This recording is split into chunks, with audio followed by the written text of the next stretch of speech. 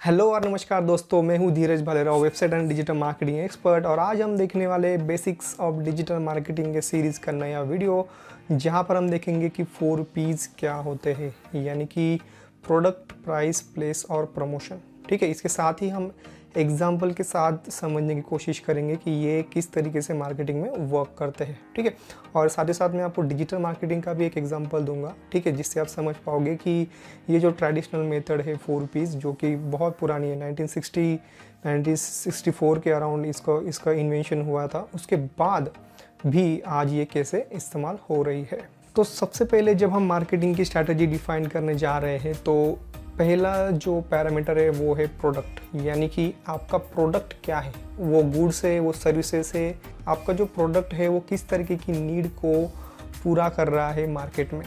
Okay, that is basically consider as product. Okay, so product में बहुत सारी चीज़ें देखी जाती है कि उसकी डिमांड कितनी है, ठीक है, या फिर उसको कह सकते हैं कि मार्केट में उसकी नीड कितनी है। ठीक है, so that is basically comes under product. Okay, और आपने इसके अंदर और एक चीज़ को ऑब्जर्व किया होगा कि यहाँ पे टाइम डिके भी होता है, यानी कि यहाँ पे प्रोडक्ट की लाइफ साइकिल भी होती है। ठीक है, यानी कि ओवर पीरियड ऑफ टाइम वो जो प्रोडक्ट है वो उसकी कहीं ना कहीं डिमांड फुलफिल हो जाती है, या फिर अपने जो कॉम्पिटिटर्स होते हैं वो उनके वेरिएंट लाकर उसकी डिमांड को कम कर देते हैं। इन दैट केस हमें क्या करना होता है, उस प्रोडक्ट में कुछ वेरिएंट्स लाने पड़ते हैं। फॉर एग्ज़ाम्पल, आप हमेशा देखते होंगे कि जो बिस्कुट्स होते हैं वो उसके वेरिएंट्स हमेशा 6 महीने में या फिर साल भर में कुछ नए वेरिएंट्स आ जाते हैं। ठीक है, तो बिस्कुट में बेसिकली वही होता है, वही ग्लूकोज, वही चॉकलेट, वही क्रीम, वही जेल वगैरह वो यूज़ करते हैं, लेकिन नए नए वेरिएंट्स लाते रहते हैं, बिकॉज लाइफ साइकिल के चलते कॉम्पिटिटर्स उनके नए प्रोडक्ट ला देते हैं, या फिर उनके प्रोडक्ट की जो नीड है या फिर जो डिमांड है वो कम हो जाती है। ठीक है, तो ये बेसिकली आता है अंडर प्रोडक्ट्स में कि हमें हमारे प्रोडक्ट की नीड सबसे पहले समझनी चाहिए कि हम किस तरीके की नीड को फुलफिल करने जा रहे हैं, और ओवर पीरियड ऑफ टाइम उसमें अपडेशन लाए जाने चाहिए। ओके, तो अभी हमारा प्रोडक्ट जो है वो डिफाइंड हो चुका है। ठीक है, सेकंड पैरामीटर होता है कि अपने प्रोडक्ट की प्राइस कितनी होनी चाहिए। ठीक है, तो इसमें बहुत सारे पैरामीटर्स है। सबसे पहला पैरामीटर है कि उसकी प्रोडक्शन कॉस्ट कितनी है, उसको बनाने में खर्चा कितना आया। ठीक है, अब प्रोडक्ट बनने के बाद हमें उसको मार्केट में लेके जाना है और बेचना भी है, तो हमें पता है कि इसमें बीच में मिडिल मैन आते हैं, लाइक होलसेलर्स होते हैं, रिटेलर्स होते हैं। ठीक है, सो उनसे लेकर कंज्यूमर तक या फिर कस्टमर तक अपना जो पूरा कॉस्ट होता है, that is basically called as transportation cost. ठीक है, तो वो कितना लगने वाला है वो भी हम प्रोडक्ट के प्राइस में ऐड कर सकते हैं।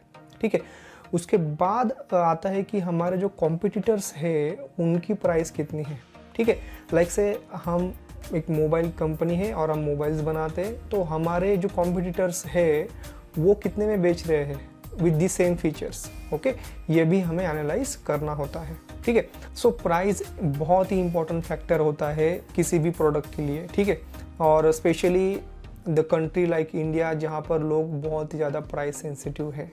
ठीक है, कई देखते होंगे कि सपोज़ हमें आलू लेने हैं और कहीं पे वो 32 रुपीज़ किलो है और कहीं पे अगर 30 रुपीज़ किलो है, तो हम वहाँ पर भी कॉम्प्रोमाइज़ कर सकते हैं, हम 30 किलो रुपीज़ लेना पसंद करेंगे।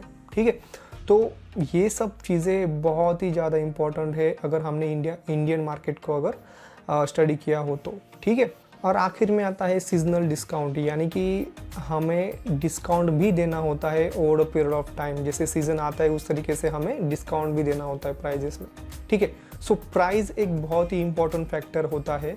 प्राइस जो है वो बहुत से दूसरे वेरिएंट के साथ भी जुड़ा हुआ है, लाइक लग्जरी हो सकती है, या फिर किसी प्रोडक्ट के फीचर्स हो सकते हैं, या फिर कंफर्ट भी हो सकता है। ठीक है, अब फीचर्स यानी कि सपोज़ जो हमारे मोबाइल्स होते हैं वो 5,000 से लेके 20,000 तक भी मिलते हैं, और 1 लाख से लेके 1.5 लाख तक भी मिलते हैं, और उससे महंगे भी मिलते हैं। ठीक है, तो ऑब्वियसली जिस तरीके से प्राइस होगी उस तरीके की यहाँ पर वो सर्विस होगी, या फिर उसका जो फंक्शनिंग होगा वो उतना बेहतर होगा। जितना प्रोडक्ट महंगा होगा उतना उसका जो फीचर्स है वो अच्छे होंगे, राइट। और दूसरी बात है कंफर्ट की। ठीक है, सो कंफर्ट में हम एग्जांपल ले सकते हैं ट्रैवलिंग का, right, like AC, non AC. अगर आप फ्लाइट से ट्रैवल कर रहे हो तो first class, business class, obviously जिस तरीके की सर्विसेज होती है उस प्रकार से प्राइस को भी रखा जाता है। ठीक है। सो ये बेसिकली होता है प्राइस एनालिसिस। ओके, प्राइस के बाद थर्ड मार्केटिंग पी है वो है प्लेस, यानी कि हमारा जो प्रोडक्ट है, जो हमारी ऑडियंस हमने डिफाइन की है, उन तक किस चैनल के थ्रू पहुंचाया जाएगा। यानी कि हम ऐसे कौन से चैनल्स यूज़ कर सकते हैं मार्केटिंग के, जिससे हम हमारा प्रोडक्ट हमारे कंज्यूमर तक ले जा सके। ठीक है, उसके लिए हमें सबसे पहले ये डिफाइन करना होगा कि आपका जो कंज्यूमर है फिर उसका प्रेजेंस कहाँ पे है, ये हमें डिफाइन करना होता है। ठीक है, तो उसके बहुत सारे चैनल्स हो सकते हैं, like television, radio, newspaper, social media. ठीक है, तो इन सब का यूज़ करते हुए आप आपके कंज्यूमर तक पहुंचने की कोशिश करते हो। ठीक है, तो इसे बेसिकली कहा जाता है प्लेस। ओके, और जो 4P है वो है प्रमोशन, यानी कि एडवर्टाइजमेंट। अब देखिए, हमने यहाँ पे तो डिफाइन कर लिया कि हमारी ऑडियंस कहाँ पे होती है। ठीक है, वो डिफाइन करने के बाद हमें वहाँ पे एड्स भी तो दिखानी होगी, ताकि हम हमारा प्रोडक्ट जो है वो कंज्यूमर तक लेके जाए। ठीक है, लाइक आपको लग रहा है कि अगर आपका जो यूज़र है वो टेलीविज़न पे ज़्यादा टाइम स्पेंड करता है या फिर उसका प्रेजेंस वहाँ पे है, तो आप वहाँ पे एड्स दिखा सकते हो। ठीक है, अब एक एग्जांपल के साथ समझते हैं कि ये जो पीज़ है वो किस तरीके से इम्प्लीमेंट की जाते हैं मार्केटिंग में। ठीक है, और डिजिटल मार्केटिंग का हम इसमें स्पेसिफिकली यूज़ करेंगे। ठीक है, तो सबसे पहले हमें डिफाइन करना है कि हमारा प्रोडक्ट क्या होगा। ठीक है, सो प्रोडक्ट हम डिसाइड करते हैं कि हमारा एक ऑनलाइन लर्निंग ऐप है जो टीनेजर्स के लिए है। ठीक है, और वहाँ पे 5th ग्रेड से लेके 12th ग्रेड तक का पूरा वीडियो कंटेंट है। ठीक है, सो ये तो हमारा हो गया प्रोडक्ट। ओके, उसके बाद आती है हमें प्राइस उसकी क्या रखनी है। ठीक है, तो जब हम प्राइस डिसाइड कर रहे हैं तब हमें ये डिसाइड करना होगा कि हमने जो कंटेंट बनाया है उसके लिए कितना खर्चा आया, उसके बाद जो हमने ऐप बनाया है उसके लिए कितना टोटल कॉस्ट हुई। ठीक है, उसके बाद ट्रांसपोर्टेशन कॉस्ट यहाँ पे क्या हो सकती है डिजिटली, तो हम जो होस्टिंग लेंगे या फिर जो क्लाउड स्टोरिंग प्लेटफॉर्म होंगे जहाँ पर हमारा कंटेंट रहेगा, तो उसके कुछ चार्जेस होंगे, वो भी हमें पे करने होंगे। ठीक है, जिसके थ्रू हमारा जो यूज़र है वो यूज़ करने वाला है, यानी कि ऐप यूज़ होने वाला है। ठीक है, अब उसके बाद है कि हमारे कॉम्पिटिटर्स की प्राइस कितनी है। ठीक है, तो ये करते समय हम पैकेजेस डिफाइन कर सकते हैं। ठीक है, यानी कि फर्स्ट पैकेज में वीडियो कंटेंट वगैरह होगा, तो सेकंड पैकेज में वीडियो कंटेंट के साथ क्विज़ वगैरह भी होंगे और डाउट सॉल्विंग होगी या फिर ऑनलाइन स्ट्रीमिंग होगी वीकली। ठीक है, तो इस तरीके से हम 2-3 पैकेज डिफाइन कर सकते हैं। और हमें ये भी डिफाइन करना होगा कि हमारा जो कॉम्पिटिटर है उसने किस तरीके का कंटेंट बनाया है वहाँ पर। ठीक है, वहाँ पे AI का यूज़ किया है या फिर एनिमेशंस किस तरीके से यूज़ किए हैं, तो उस तरीके से हमें कॉम्पिटिटर्स को एनालाइज करना होगा और उसके बाद हमारी कॉस्ट जो है उसको डिफाइन करना होगा। ठीक है, उसके बाद आता है इसमें कि उसके फीचर्स क्या होंगे या फिर कंफर्ट क्या होगा या फिर लग्जरी एक्सपोजर क्या होगा। ठीक है, तो इसमें हमें ये डिसाइड करना है कि हमारा जो टीनेज है उससे हम कई टैब दे सकते हैं या फिर लैपटॉप दे सकते हैं, जिससे वो जब चाहे तब कंफर्टेबली उसको पढ़ पाए।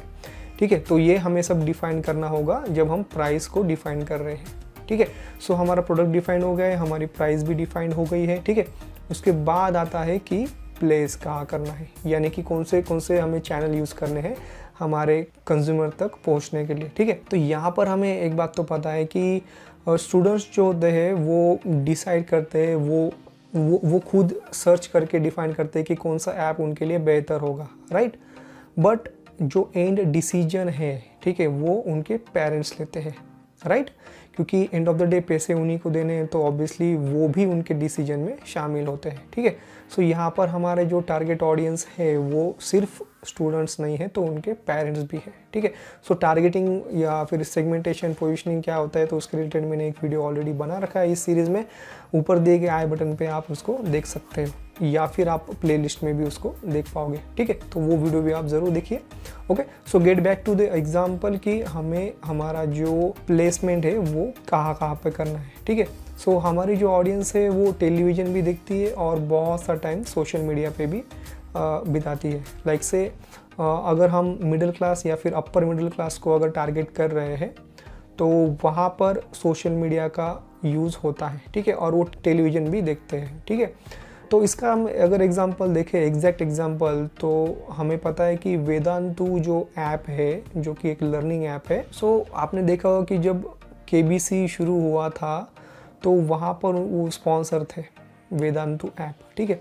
सो KBC एक बेसिकली एक क्विज़ शो है, राइट, यानी कि कुछ लर्निंग या फिर पढ़ाई के रिलेटेड वो शो है, राइट। और साथ ही साथ वो ऐसा शो है जो फैमिली साथ बैठकर देखती है, ठीक है।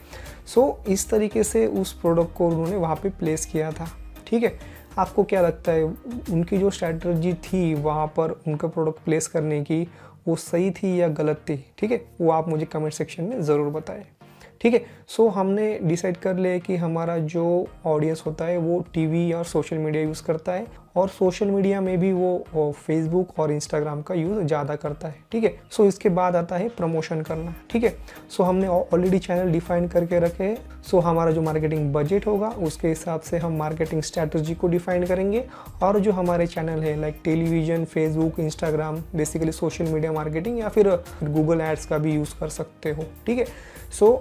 सो बेसिकली इस तरीके से आप किसी भी प्रोडक्ट को इस 4 P's में डिफाइन कर सकते हो, ठीक है। सो इन 4 P's के साथ साथ आपने 7 P's के बारे में भी सुना होगा, ठीक है। सो ये 7 P's तभी यूज़ किए जाते हैं जब हम पर्टिकुलरली सर्विसेज के बारे में बात करते हैं, ठीक है। So along with this 4 P's product, price, place और प्रमोशन, और 3 P इसमें ऐड होते हैं जो होता है people, process and physical evidence, okay. So ये बेसिकली सर्विसेज के रिलेटेड होता है, ठीक है। एक एग्जांपल के साथ मैं आपको समझाता हूँ ये 7 P's क्या होते हैं, ठीक है। सो ये 4 P's तो हमें पता हो गए हैं। 3 चीज़ें जो है हम उसके बारे में बात करेंगे। सबसे पहले है पीपल, ठीक है, एग्जाम्पल के साथ समझेंगे। एग्जाम्पल है लाइक से हमें मूवी देखने जाना है थिएटर में, ओके। तो मूवी देखना एक सर्विस है, लाइक हम वहाँ पे जाते और थोड़े टाइम के लिए जो भी सर्विस है यानी कि मूवी दिखाई जाती है, ये एक सर्विस है। वो सर्विस लेने के बाद हम घर आ जाते हैं, ओके। मूवी थिएटर घर पे नहीं लेके आते, ठीक है। सो ये बेसिक डिफरेंस होता है गुड्स और सर्विसेज में। हम थोड़ी देर के लिए वहाँ पे यूटिलाइज करते हैं और उसके बाद वो सर्विस लेने के बाद हम लौट आते हैं, ठीक है। सो सपोज़ हम थिएटर में जा रहे हैं और वहाँ पर सबसे पहले आता है पीपल, यानी कि वहाँ पर जाने के बाद जो लोग थे उनका व्यवहार कैसा था, ठीक है। यानी कि टिकट लेने में कुछ परेशानी हुई है या फिर चेकिंग में, या फिर जब हम अंदर गए तो सीट दिखाने में किस तरीके के लोग थे, सपोर्टिव थे या नहीं थे, ठीक है। तो ये हो गया पीपल, ओके। उसके बाद आता है प्रोसेस, यानी कि जो टिकट बुक करने से लेकर मूवी ख़त्म होने तक का जो भी प्रोसेस हो वो कैसा था, स्मूथली था, आप ऑनलाइन टिकट बुक कर पाए, नहीं कर पाए, आपको ऑफलाइन टिकट मिला, नहीं मिला, उसमें कितना डिफरेंस था प्राइस का वगैरह, ठीक है। सो ये प्रोसेस में आता है कि किस तरीके से प्रोसेस थी उनकी, ओवरऑल जितना भी उनका ऑपरेशन था, ओके, मूवी दिखाने का, ठीक है। और लास्ट में आता है फिजिकल एविडेंस, यानी कि स्क्रीन कैसी थी, उसके बाद सीटिंग अरेंजमेंट कैसी थी, एकॉस्टिक ठीक था या नहीं था, ठीक है। तो ये आता है फिजिकल एविडेंस में, यानी कि ओवरऑल एनवायरनमेंट कैसा था, ठीक है। So along with this 4 P's ये 3 P's और होते हैं, ठीक है। सो ये बेसिकली होता है 4 P's, और हमने साथ ही साथ 7 P's भी देख लिए। तो ये सब सीखने के बाद आपको क्या करना है, अगर आप इस वीडियो को पूरा देख चुके हो तो आपको इसको अगर एक ही बार देखने के बाद अगर समझना है तो जैसे आप इस वीडियो को कंप्लीट करोगे आप कहीं पे नोट कीजिए एग्जाम्पल के साथ, ठीक है। यानी कि आप हाइपोथेटिकली कंसिडर कीजिए कि आपका प्रोडक्ट क्या होगा, उसकी प्राइस क्या होगी, कहाँ पे आप उसको प्लेस करोगे और प्रमोशन किस हिसाब से करोगे। तो आपने अगर ये वीडियो के बाद अगर वो कर लिया एक बार, यानी कि आप पेन और पेपर पे भी कर सकते हो, ठीक है। उसके बाद आपको ये सब चीज़ें कभी भी देखने की ज़रूरत नहीं, क्योंकि आपने इन शॉर्ट उसको प्रैक्टिकली देख ही लिया है कि किस तरीके से होता है, ठीक है। सो आई होप आपको ये वीडियो अच्छा लगा होगा, और अगर वीडियो अच्छा लगा हो तो हमेशा की तरह एक लाइक तो बनता है बॉस। चैनल को सब्सक्राइब कर दीजिए और बेल आइकॉन को भी दबा दीजिए, यानी कि जैसे हम नया वीडियो अपलोड करें उसकी नोटिफिकेशन आपको सबसे पहले मिले। बहुत बहुत धन्यवाद आपका।